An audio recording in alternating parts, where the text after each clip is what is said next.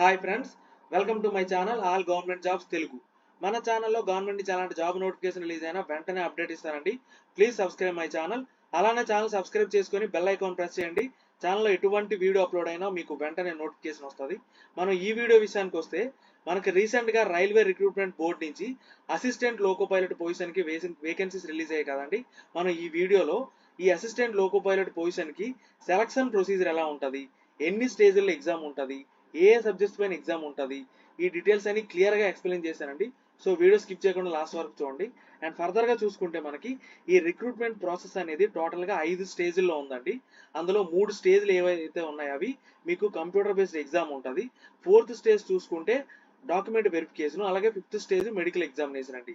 టోటల్గా 5 స్టేజ్ల్లో మీకు ఎగ్జామ్ అనేది అంటే సెలక్షన్ ప్రాసెస్ అనేది 5 స్టేజ్ల్లో ఉంటుంది.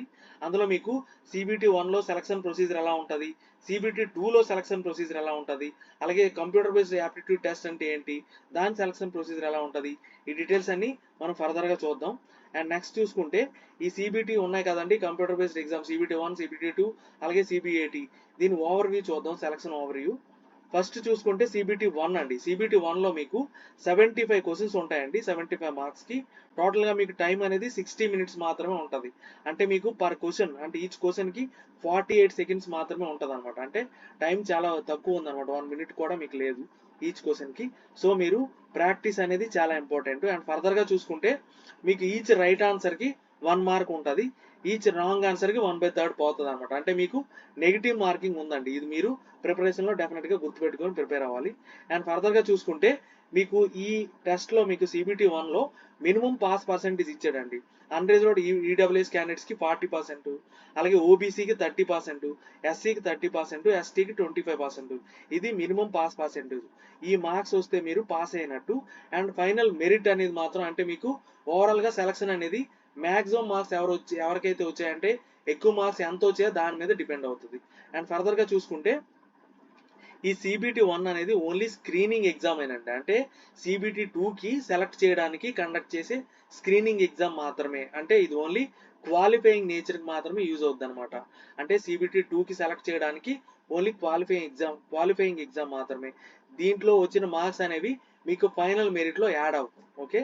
అండ్ సెకండ్ ఇంకొక ఇంపార్టెంట్ పాయింట్ చూసుకుంటే, ఎవరైతే ఓబీసీ, ఎస్సీ, ఎస్టీ ఎవరైతే ఏజ్ క్రైటీరియా మీకు ఏజ్ అనేది క్లైమ్ చేస్తారు, అంటే 18 to 30 ఇయర్స్ ఉంది కదండి, 30 ఇయర్స్ క్రాస్ అయిన వాళ్ళు ఎవరైతే ఏజ్ క్లైమ్ చేస్తారో వాళ్ళు ఓన్లీ ఆ కమ్యూనిటీ కేటగిరీలోకి మాత్రమే వస్తారు. అంటే మీకు ఓబీసీలో మీరు 33 ఇయర్స్ ఉన్న వాళ్ళు ఓబీసీలో అప్లై చేశారనుకోండి ఎగ్జాంపుల్కి, దాంట్లో మీకు ఓబీసీలో ఎన్ని పోస్టులు అయితే ఉన్నాయో వాటికి మాత్రమే మీకు ఎలిజిబిలిటీ ఉంటుంది. అంటే దాని బేస్ పైనే మీకు CBT 2కి సెలక్షన్ అనేది జరుగుతుంది అనమాట. అంటే కమ్యూనిటీ వైజ్ మాత్రమే, ఎవరైతే ఏజ్ రిలాక్సేషన్ క్లైమ్ చేశారో వాళ్ళకి మాత్రమే. అంటే మీకు అంటే ఓబీసీ, ఎస్సీ, ఎస్టీ వాళ్ళు ఏజ్ క్లైమ్ చేసిన వాళ్ళకి మాత్రమే అలా ఉంటుంది. మిగిలిన వాళ్ళకి అన్రిజర్వ్డ్లో ఉన్న వేకెన్సీస్ కూడా మీరు ఎలిజిబిలిటీ ఉంటుంది. బట్ ఏజ్ ఎవరైతే క్లైమ్ చేశారో వాళ్ళకి మాత్రం CBT 2కి ఓన్లీ ఈ కమ్యూనిటీ వైజ్ మాత్రమే మీకు సెలక్షన్ అనేది ఉంటుంది. అండ్ ఫర్దర్గా చూసుకుంటే ఆల్రెడీ చెప్పాను కదండి, ఇందులో వచ్చిన మార్క్స్ అనేవి ఫైనల్ మెరిట్లో కౌంట్ అవ్వు అనమాట. ఇది ఓన్లీ క్వాలిఫైయింగ్ నేచర్ మాత్రమే. అండ్ ఫర్దర్గా చూసుకుంటే మీకు దీంట్లో ఏ సబ్జెక్ట్స్ పైన ఎగ్జామ్ ఉంటుంది అంటే మొత్తం టోటల్గా 4 సబ్జెక్ట్స్ ఉంటాయండి. అందులో ఫస్ట్ ఏంటంటే మీకు మ్యాథమెటిక్స్ ఉంటుంది, అలాగే సెకండ్ చూసుకుంటే మెంటల్ ఎబిలిటీ ఉంటుంది, అండ్ నెక్స్ట్ చూసుకుంటే జనరల్ సైన్స్, అండ్ నెక్స్ట్ చూసుకుంటే మీకు జనరల్ అవేర్నెస్. ఈ 4 సబ్జెక్ట్స్ పైన మీకు ఎగ్జామ్ ఉంటుంది. ఈచ్ ఇండివిజువల్ సబ్జెక్ట్లో మీకు ఇండివిజువల్ సిలబస్ ఏముంటుంది అని కూడా ఫర్దర్గా చూద్దాం. అండ్ నెక్స్ట్ చూసుకుంటే CBT 1 నుంచి CBT 2 కండి సెలక్షన్ ఎలా ఉంటుంది అంటే 1:15 రేషియో. అంటే ఒక పొజిషన్కి 15 మెంబర్స్ని సెలెక్ట్ చేస్తారు CBT 1 నుంచి CBT 2కి. ఓకే. CBT 2లో ఎలా ఉంటుంది అంటే మీకు ఏంటంటే CBT 1లో క్వాలిఫై అయిన వాళ్ళకి 1:15 రేషియో. అంటే ఒక పోస్ట్కి 15 మెంబర్స్ని తీసి CBT 2 కండక్ట్ చేస్తారనమాట. ఈ CBT 2 అనేది టోటల్గా 175 క్వశ్చన్స్ ఉంటాయి, 2 hours 30 minutes డ్యూరేషన్ అనమాట. ఈ CBT 2లో 2 స్ట్రీమ్స్ ఉంటాయండి. అందులో పార్ట్ ఏ ఒకటి, పార్ట్ బి ఒకటి. పార్ట్ ఏలో ఏముంటుంది అంటే మీకు 100 క్వశ్చన్స్ ఉంటాయి, 90 minutes డ్యూరేషన్ ఉంటుంది. అంటే మీకు 54 seconds ఫర్ ఈచ్ క్వశ్చన్ అనమాట. ఇది కూడా టైం 1 minute కూడా లేదు, చాలా తక్కువ ఉంది. అండ్ ఫర్దర్గా చూసుకుంటే దీనికి కూడా నెగిటివ్ మార్కింగ్ ఉందండి. 1/3 ఈచ్ రాంగ్ ఆన్సర్కి 1/3 దీనికి కూడా నెగిటివ్ మార్కింగ్ ఉంది. ఇందులో మీకు సేమ్ CBT 1లో ఎలాగైతే మినిమం పాస్ పర్సెంట్ ఉందో సేమ్ దీనికి కూడా అంతే. అన్రిజర్వ్డ్ ఈడబ్ల్యూఎస్ క్యాండిడేట్స్కి 40, ఓబీసీ ఎస్సీకి 30%, ఎస్టీకి 25%. ఇది కూడా సేమ్ అండి. క్వాలిఫై అయిన వాళ్ళకి మాత్రమే అంటే మెరిట్ అనేది చూస్తారనమాట ఇందులో క్వాలిఫై అయిన వాళ్ళకి. ఓకే, అండ్ ఫర్దర్గా చూసుకుంటే మీకు పార్ట్ బి అనేది దేనిపైన ఉంటుందంటే 75 క్వశ్చన్స్ 60 మినిట్స్ అనమాట. ఇది 48 సెకండ్స్. CBT 1 ఎలా ఉంటుందో CBT 2లో పార్ట్ బి కూడా సేమ్ అలానే ఉంటుంది. అండ్ ఇండివిజువల్ సిలబస్ చూసుకుంటే మనకి, అండ్ ఇంకొక ఇంపార్టెంట్ పాయింట్ ఏంటంటే పార్ట్ బి అనేది ఓన్లీ క్వాలిఫైయింగ్ టెస్టేనండి. దీనికి 35% వస్తే సరిపోతుంది, ఇర్రెస్పెక్టివ్ ఆఫ్ కమ్యూనిటీ. అంటే ఏ కమ్యూనిటీ వాళ్ళకైనా మినిమం 35% రావాలి, వస్తే క్వాలిఫై అయినట్టు పార్ట్ బి. అంటే ఈ పార్ట్ ఏ మాత్రమే ఫైనల్ మెరిట్లో, ఈ పార్ట్ ఏలో వచ్చిన మార్క్స్ మాత్రమే కంబైన్ చేస్తారు. Part B only qualifying test. 35% వస్తే సరిపోతుంది. అంటే ఇర్రెస్పెక్టివ్ ఆఫ్ కమ్యూనిటీ, అంటే మీకు SC ST OBC EWS unreserved ఎవరికైనా సరే 35% కంపల్సరీగా రావాలి, వస్తేనే మీరు థర్డ్ స్టేజ్ ఎగ్జామ్కి మిమ్మల్ని క్వాలిఫై చేస్తారనమాట. అండ్ ఫర్దర్గా చూసుకుంటే మీకు marks does not count in final merit. Already CBT 1లో ఎలాగైతే మీకు ఫైనల్ మెరిట్లో కౌంట్ అవ్వో వచ్చిన మార్క్స్, ఈ CBT 2లో పార్ట్ బిలో వచ్చిన మార్క్స్ కూడా అలానే కౌంట్ అవ్వు అనమాట. అండ్ ఫర్దర్గా చూసుకుంటే CBT 2లో పార్ట్ ఏలో మీకు 3 సబ్జెక్ట్స్ పైన ఎగ్జామ్ ఉంటుంది. ఒకటి మ్యాథమెటిక్స్, రెండోది జనరల్ ఇంటెలిజెన్స్ అండ్ రీజనింగ్, మూడోది బేసిక్ సైన్స్ అండ్ ఇంజనీరింగ్. మీకు ఇక్కడ మ్యాథమెటిక్స్, మెంటల్ ఎబిలిటీ ఏవైతే ఉన్నాయో మీకు ఇక్కడ పార్ట్ అంటే CBT 2లో కూడా సేమ్ సబ్జెక్ట్ సిలబస్ ఉంటుంది. ఆ సిలబస్ కూడా ఫర్దర్గా చూద్దాం. అండ్ నెక్స్ట్ పార్ట్ బి చూసుకుంటే ట్రేడ్ సిలబస్ అండి. అంటే మీకు డిప్లొమా ఐటీఐ అడిగాడు కదండి, బీటెక్ డిప్లొమా ఐటీఐ, మీరు ఏ సబ్జెక్ట్స్ అంటే మీ బ్రాంచ్ ఏదైతే ఉందో ఆ బ్రాంచ్ పైన మీకు ఈ 75 క్వశ్చన్స్ ఉంటాయి. ఇది ఓన్లీ క్వాలిఫైయింగ్ టెస్ట్ మాత్రమే. అండ్ ఫర్దర్గా చూసుకుంటే మీకు CBT 2 క్వాలిఫై అయిన వాళ్ళకి మీకు CBAT అంటే మీకు CBAT అంటే కంప్యూటర్ బేస్డ్ యాప్టిట్యూడ్ టెస్ట్ ఉంది కదా, దానికి 1:8 రేషియోలో మీకు సెలక్షన్ అనేది ఉంటుంది. అంటే CBT 1 నుంచి CBT 2కి 1:15, అంటే ఒక పోస్ట్ 15 మెంబర్స్ని, అలాగే CBT 2 నుంచి CBATకి 1:8, అంటే ఒక పోస్ట్కి 8 మెంబర్స్ని సెలక్షన్ అనేది తీస్తారనమాట. ఇదిగోండి CBAT అంటే computer based aptitude test. And ఫర్దర్గా చూసుకుంటే ఫైనల్ మెరిట్ మాత్రం మీకు ఎలా ఉంటుందంటే 70% వెయిటేజ్ అనేది CBT 2లో వచ్చిన మార్క్స్ మీద డిపెండ్ అవుద్ది. 30% వెయిటేజ్ మాత్రం CBAT అంటే కంప్యూటర్ బేస్డ్ యాప్టిట్యూడ్ టెస్ట్లో వచ్చిన మార్క్స్ మీద డిపెండ్ అవుతుంది. టోటల్ 100% ఇలా డివైడ్ చేసేది అనమాట. ఇదండి ఓవరాల్గా మీకు ఈ CBT సెలక్షన్ ఓవర్వ్యూ అనమాట. సెలక్షన్ అనేది CBT 1 నుంచి CBT 2కి ఎలా తీస్తారు, CBT 2 నుంచి CBT 3కి ఎలా తీస్తారంటే CBATకి ఎలా తీస్తారు, సిలబస్ ఏంటి, ఈ డీటెయిల్స్ అని ఇక్కడ ఎక్స్ప్లెయిన్ చేసాం. అండ్ ఫర్దర్గా మీకు ఈచ్ సబ్జెక్ట్స్ పైన డీటెయిల్స్ సిలబస్ ఏంటి అనేది కూడా చూద్దాం. అండ్ ఫర్దర్గా చూసుకుంటే ఈ పాయింట్స్ అన్ని మనం ఆల్రెడీ ఎక్స్ప్లెయిన్ చేసామండి. ఫస్ట్ స్టేజ్ CBTలో మీకు ఎలా సెలక్షన్ అనేది తీస్తారు 1:15 రేషియోలో, మీకు కమ్యూనిటీ వైజ్ సెలక్షన్ ఎలా ఉంటుంది, ఈచ్ మీకు నెగిటివ్ మార్కింగ్ ఎలా ఉంటుంది, మినిమం పాస్ పర్సెంటేజ్ ఏంటి, ఇవన్నీ ఆల్రెడీ ఎక్స్ప్లెయిన్ చేసాం. అండ్ ఫర్దర్గా చూసుకుంటే డీటెయిల్డ్ సిలబస్ ఏంటంటే మీకు ఆల్రెడీ 4 సబ్జెక్ట్స్ చెప్పాను కదండి, mathematics, mental ability, general science, general awareness.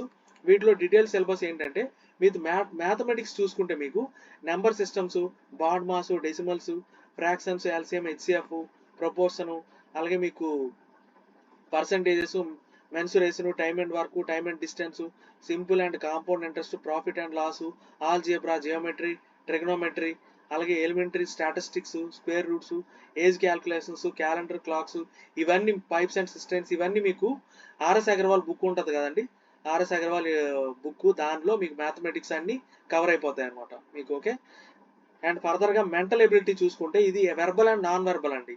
దీంట్లో కూడా ఇవన్నీ కవర్ అవుతాయి. అంటే analogies, alphabetical, number series, coding, decoding, syllogisms, jumbling, Venn diagrams, అలాగే classification, directions and analytical reasoning, ఇవన్నీ మీకు మెంటల్ ఎబిలిటీ బుక్స్ ఉంటాయి కదండి, వాటిలో నుంచి ఈ సిలబస్ అది ఉంటుంది అనమాట.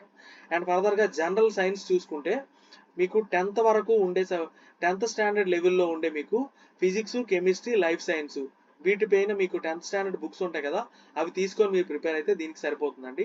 అండ్ జనరల్ అవేర్నెస్ విషయానికి వస్తే కరెంట్ అఫైర్స్ అండి, science and technology, sports, culture, personalities, అలాగే economics, politics and other subjects importance. అంటే మీకు ఈ డైలీ న్యూస్ పేపర్స్, అలాగే మంత్లీ మ్యాగజైన్స్, వీటిపైన మీరు ప్రిపరేషన్ స్టార్ట్ చేస్తే బెటర్ అండి.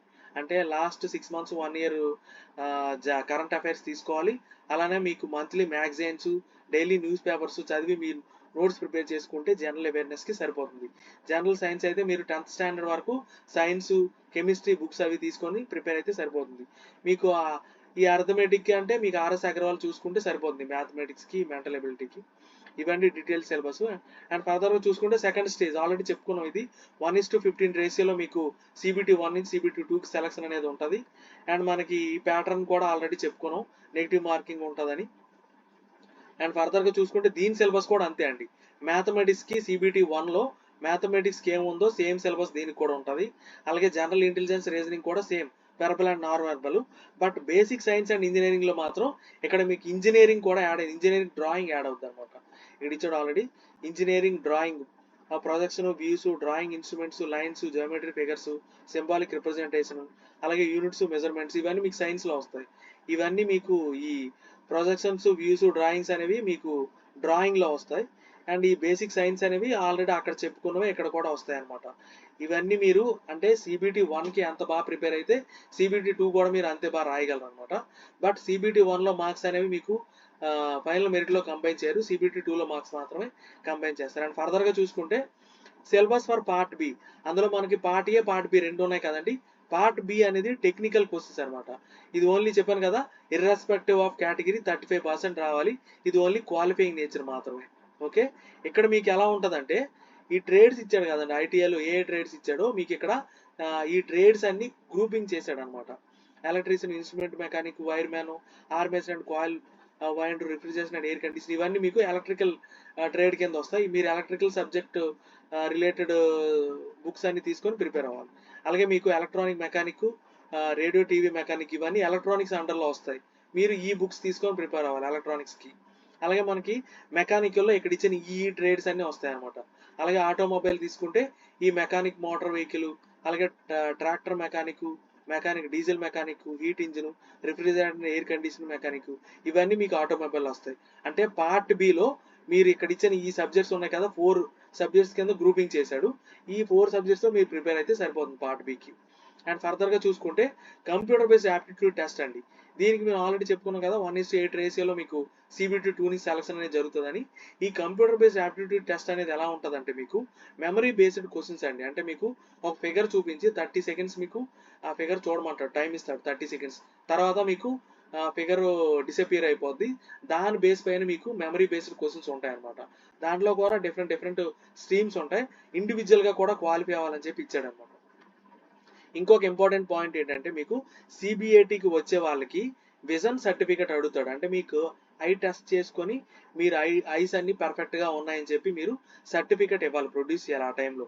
ఒకవేళ CBATకి మీరు వితౌట్ సర్టిఫికేట్ వెళ్తే, విజన్ సర్టిఫికేట్ వెళ్తే మీకు ఎగ్జామ్ రాయనివ్వరు. సో ఇది ఒకటి గుర్తుపెట్టుకోండి. అండ్ ఫర్దర్గా చూసుకుంటే మీకు ఆల్రెడీ చెప్పుకున్నాం, టోటల్ ఫైనల్ పర్సెంటేజ్ అనేది మీకు 70% వెయిటేజ్ అనేది CBT 2లో పార్ట్ ఏలో వస్తుంది. అండ్ 30% అనేది CBAT నుంచి కౌంట్ చేస్తారు అనమాట. అండ్ ఫర్దర్గా చూసుకుంటే డాక్యుమెంట్ వెరిఫికేషన్ అండి. మీకు CBT 1 నుంచి CBT 2, CBT 2 నుంచి CBAT వస్తారు కదా.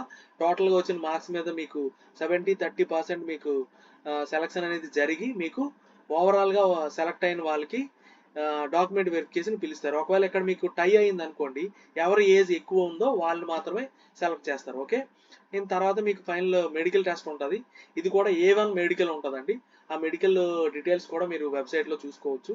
A1 మెడికల్ ఉంటుంది. ఇదండి టోటల్గా మీకు డీటెయిల్డ్ సెలక్షన్ ప్రొసీజర్ అనేది. ఏమైనా డౌట్స్ ఉంటే కమెంట్ చేయండి, డెఫినెట్గా క్లారిఫై చేస్తాను. వీడియో నచ్చితే లైక్ చేయండి, మీ ఫ్రెండ్స్కి షేర్ చేయండి. ఛానల్ని సబ్స్క్రైబ్ చేయడం మర్చిపోకండి. Thank you so much.